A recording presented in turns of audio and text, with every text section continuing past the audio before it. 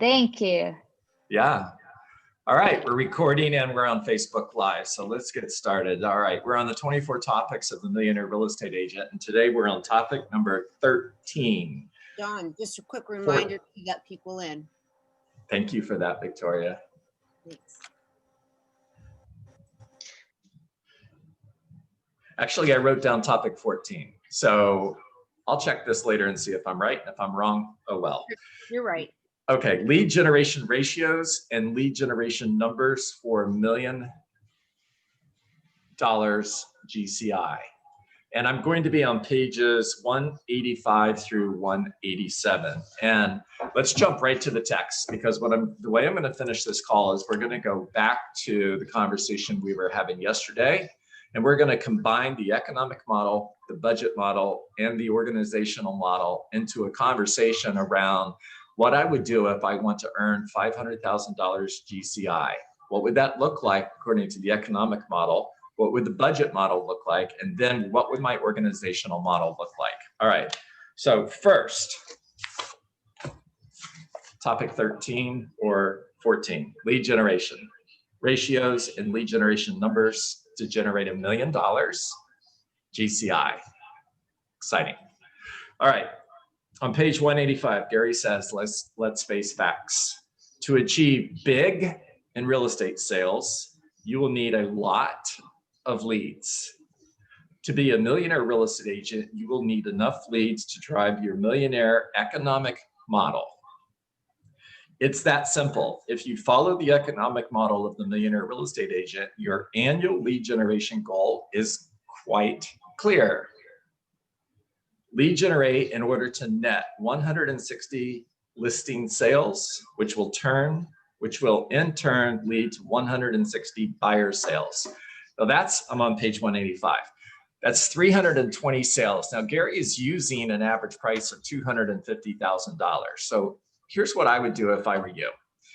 I would cut those numbers in half, and I would do this based on a $500,000 average price. Or if the average price in your market is $300,000, just start over at the economic model and determine where you need to be in order to have closed volume of approximately $34 million, because that's the closed volume that you'll need in order to generate $1 million GCI. So as I'm sharing these numbers with you, and I'll remind you, adjust for the market that we're in. Don't forget, this book was written in 2002, and it was written based on markets throughout the United States. Okay. At the bottom of the page, Gary says, to generate this level of numbers, you will need to follow a highly leveraged lead generation plan that is marketing based and prospecting enhanced. Now, who am I to say Gary Keller is wrong, right? But Gary even changed that approach when he wrote Shift. So reverse that. If you're taking notes, I want you to write down, I want to build a lead generation model that is prospecting based and marketing enhanced. All right, we'll talk about why later. On page 186, prospecting is your way of keeping your business in an active versus reactive state. Prospecting, this is important, please write that down.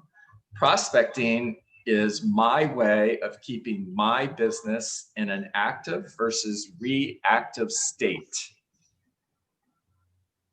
By regularly prospecting, you will continue to keep your hand in proactive customer creation activities that will be critical to your ability to hit your numbers when the market shifts. Let's pause and think about that for a moment. When Gary wrote this book, it was 2002. It was 2006, 4 years later, when we started to see the beginning of the market shift. But he was 4 years ahead of the market. And of course, there were a lot of real estate agents saying the same thing back then that they're saying right now, which is what shift? What are you talking about? The market's hot. We just had a record month. There's no shift. It's coming. I promise you, it's coming. And when it does, it's going to be drastic. And you're in a period when attracting through marketing doesn't generate enough leads. So what does that mean? What that means is when the market does shift, marketing is not going to generate the same number of leads that it does in a hot market. Your phone's going to stop ringing. You're going to get fewer internet leads. The pay-per-click advertising that you're doing is not going to be as effective. By the way, earlier I was talking about focusing on circle prospecting today versus for sale by owners, because as hot as the market is today, for sale by owners are selling. When the market shifts, what would be my number one focus? Don't forget, I'm prospecting based. Who am I calling in a shifting market? There's one group. What? Expireds. Expireds, Camille, 100%. For sell by owners, yes, because they're not going to be as successful selling their home, especially in the first 12. What you having for breakfast, Victoria? It looks good. Especially in the first 12 months of the shift, because for sell by owners are going to have that transition period before they get a wake-up call, and eggs sounds good, before they get a wake-up call and realize this isn't working. They're going to need your help.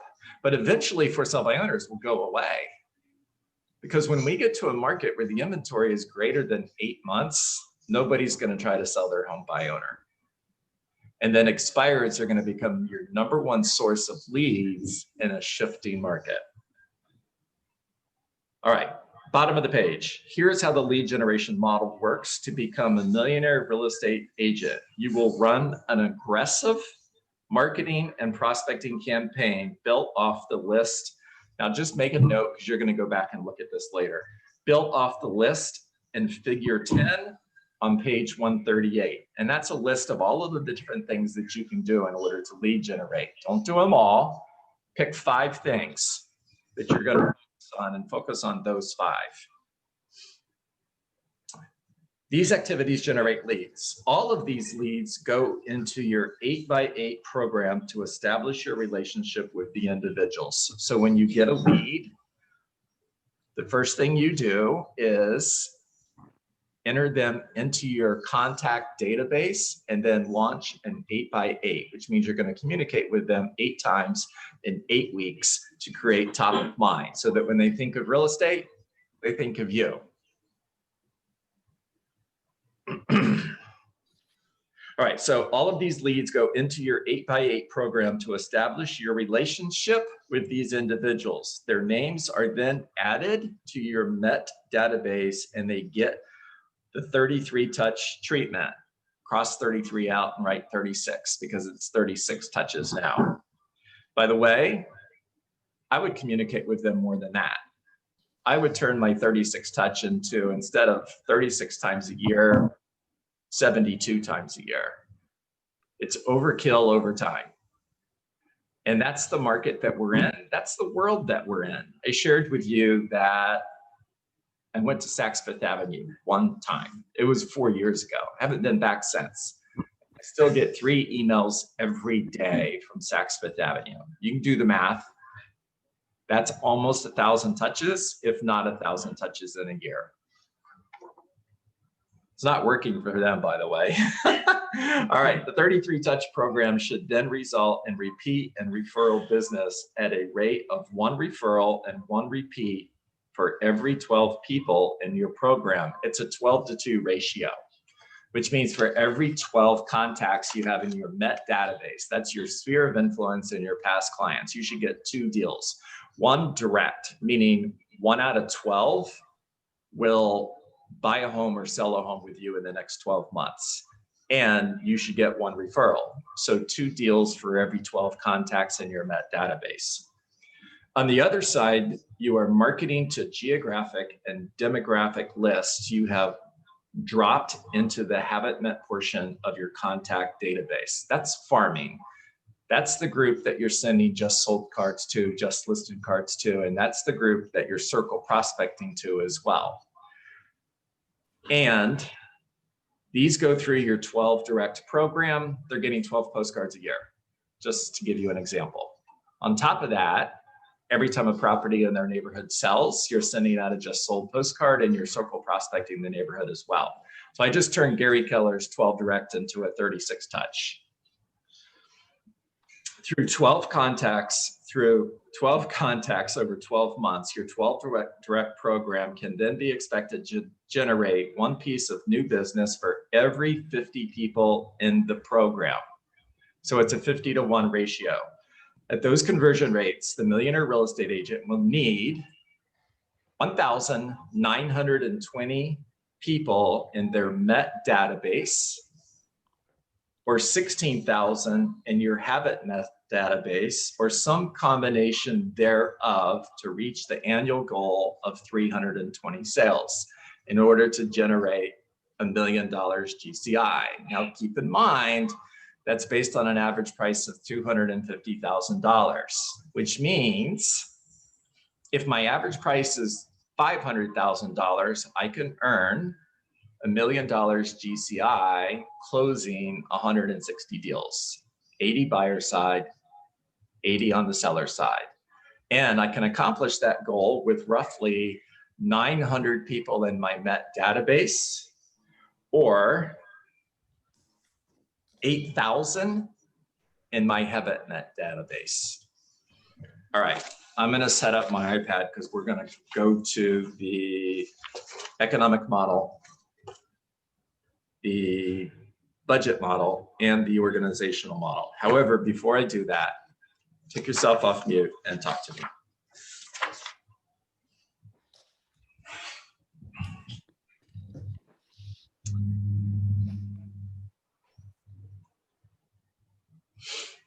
You're on a budget, John. You're just getting started. What alternate things would you do to create a 12 direct that don't involve postcards or door hangers, non-physical, types of 12 direct touches? Phone calls. Yeah. Social media. Nadine, awesome. Allie, awesome. Yeah. Could you put everybody in that Habit MET group on a social media drip campaign? Yeah, you could. Could you touch them once every month for free? Sure, you could. So And I could possibly do more. Some of the social media. Okay, let's go with Allie first and then Nadine. I love it. You guys want to talk. That makes me excited. That gets me excited. Thanks, John. Well, I found that social media for the freebies have some of the most or the best results and an immediate feedback, because when you post something that they're interested in, and you got to do a little bit of a stalking. You actually have to go down their Facebook posts or some of their Instagram, and if you have any of the other medias and they have it as well, that's where your multiple touches are coming in. If someone is in LinkedIn and you're not in LinkedIn, you're missing out. If they're in LinkedIn, Instagram, and TikTok, you need to be in LinkedIn, Instagram, and TikTok. Now, I learned that from my child who was less than 25 back then. And she said, if you're going to be in someone's mind, you got to let them stalk you and you got to stalk them. So if they like the restaurant in particular, the next time you're at that restaurant, you make sure that you put the person's name, love the place, thanks for recommending it. And they might not remember the last time that they were there, but because you put them in the little, hashtag or the little they'll remember you because they might have mentioned that restaurant, how good it was. Now you're just reminding them. So it has to be relevant. When I say stalking them, it has to be something that you also enjoy. Don't go out there, liking things that they don't care about or that you don't care about, because then it doesn't work out. A lot of my posts, for example, are from like the new developments, and I put people that live in the neighborhoods and I stalk them. I find out who liked them from that zip code or that area. And then I just start with a little like and something. And I found that I get a lot more responses from those touches. So social media, be a friend of all of them, figure out which one is your favorite, find out what their favorite is. And you have to become a free social media guru yourself. Since you have no money, your time is money. So spend it wisely, spend it early. There is a Facebook. If I find it, I'll try sharing it via email for someone to go send it. But there is an actual social media study from Facebook that says what is the best time to post, because that's when most activity is happening. So try that. Good luck. Love that, Allie. That was awesome. Really good information, right? Nadine and then Victoria. So I was gonna say I'm old school, and I have not spent any money on my business until really this year. I mean, I did some postcards every now and then. Now now that I have some extra money, now I'm doing more with it as far as postcards. And as far as, I'm old school. So I just pick up the phone. I like to talk to people, and I door knocked. And that's, phone and door knocking when it's allowed has been my entire business and the people that I know for the last 10 years. So don't use not having money as an excuse for anything. The cheapest thing, and they pound it into our heads every day, is phone calls. So, and social media is great. I am not great at it. I haven't mastered that yet. And I'm just a people person. So do what is most comfortable for you.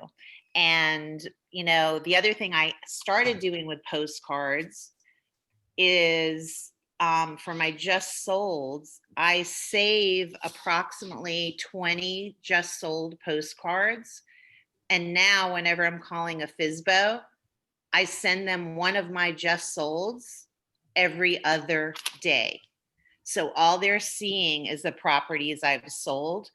And I actually got my first come list me on a FSBO just from doing that. So when you do spend money, save all of your old marketing stuff and use it for those purposes.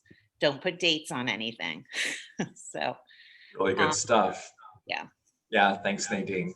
And hello Love that. to Lucy Yeah. as well. It's good to She's see back. Lucy back on the call. Victoria. Thank you. So I've been going back to Mega Camp and watching a lot of the old, not the old videos. And so here are some of my suggestions. People have been going to the dollar store and buying up, bunches of cards and, using that as a way to, when they're door knocking, they've also been teaming up with local, restaurants and communities and local vendors to team up to use their services to promote local businesses. And they actually, now's the time when the holidays are coming up and people are starting to open up their businesses and promote the services that are going on. And it's really great to be able to door knock that and show that, businesses are opening and businesses need to thrive. And that also helps, spread the wealth in the community. So definitely team up with some of the local businesses because they want to help spread, that they're, working. Also using sometimes Zoom events, events with your clients still are happening, and you can have a Zoom event that doesn't cost anything to have a Zoom event. And I know that people, one agent delivered for a happy hour, delivered wine to people, and then had a happy hour and everybody opened their wine at their homes. It's just a suggestion to kind of think outside the box. Love that. So guys, here's what I heard Victoria say. One second, and then I'll let you have the stage, I promise. Here's what I heard Victoria say, and I'm addressing everybody, and I'm going to start by addressing Sean because he's the one who started the conversation. Sean, here's what I heard. You could pick 2 or 3 neighborhoods, and they're in a haven't met group, and you can market to them on the 12 direct, sending, let's say, a newsletter. and get local businesses to be a partner with you in that newsletter. And every month when you send out that newsletter, highlight one of the local businesses and maybe include a certificate, a coupon that the person who's receiving your newsletter could use for buy one, get one free, for example. And the business is actually paying for the newsletter that you're mailing out monthly. Now you have a 12 direct that is 100% cost free. That's awesome. Has anyone on the call ever gone to like a grocery store, like in a local market that they're trying to farm, and just meet people, hand out business cards? Anyone have any experience doing stuff like that? All the Yeah. time. It's Bull 100. Everybody does that. Yes. Go to Target. Not everybody does that. Let me rephrase that. There's been lots of people who have done that, Sean. Matter of fact, ask Scott Bagoon about the time he went to Target wearing tan pants and a red shirt and started talking to people and handing out business cards. Of course, everyone he spoke to thought he worked at Target. It was awesome until he got kicked out. Actually, when I go to Publix, I wear my KW t-shirt usually, and I have to pick up my name tag, Victoria. I know that was something Victoria brought up in a pro coaching session. So my KW t-shirt, and I'm gonna order some new cute ones. So for sure. So one of the things that I did, the only promotional, you're reminding me, and I need to do more of them now, is I did spend on reusable shopping bags years ago. And I gave them away at an event that, like a community event, but I had a whole bunch left. So I, to this day, always keep extra ones in my car when I go shopping. I probably only have 3 left now, but they're great to give to someone. Now that people are allowed to bring their reusable shopping bags again to stores. For a while, we weren't able to. Or when you see someone struggling with a bag, or a bag just broke, just hand them one. That's my business card. So it literally mimics what my business card is. So, I probably, have not gotten return business, but my name's all over the place because people are carrying my bags everywhere. Yeah, and guys, good stuff. Thank you, Nadine, and don't forget, because your goal is to get contact information. It's great to go to Publix or Home Depot or Starbucks or Target and talk to people and give out your business card. And the goal is to get contact information. So I'm a real estate agent.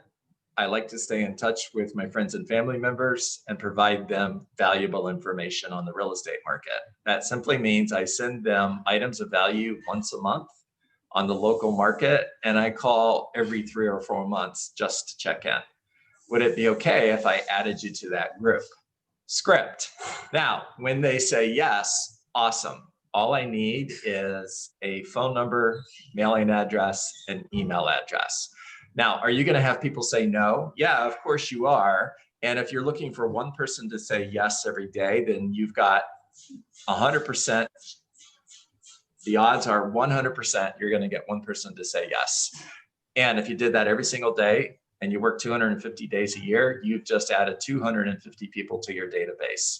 And if you did that every single year, it would take you approximately 5 years to get to 1,000 people in your Met database.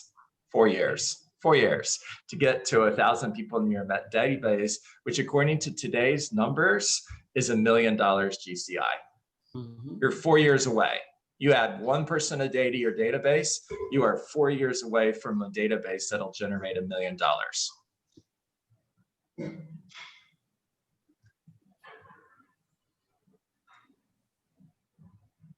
I hope everybody got that. Mm-hmm. All right. We are going to call an audible because we had amazing participation today, which I love. Thank you, thank you, thank you. And we'll get back to the pencil drawings of the economic model, the budget model, and the organizational model another day. It's time to get to work. It's 8:33. So what is work? Your one thing, your first domino is? Lead generation. And thank you, Nadine. And we define lead generation as?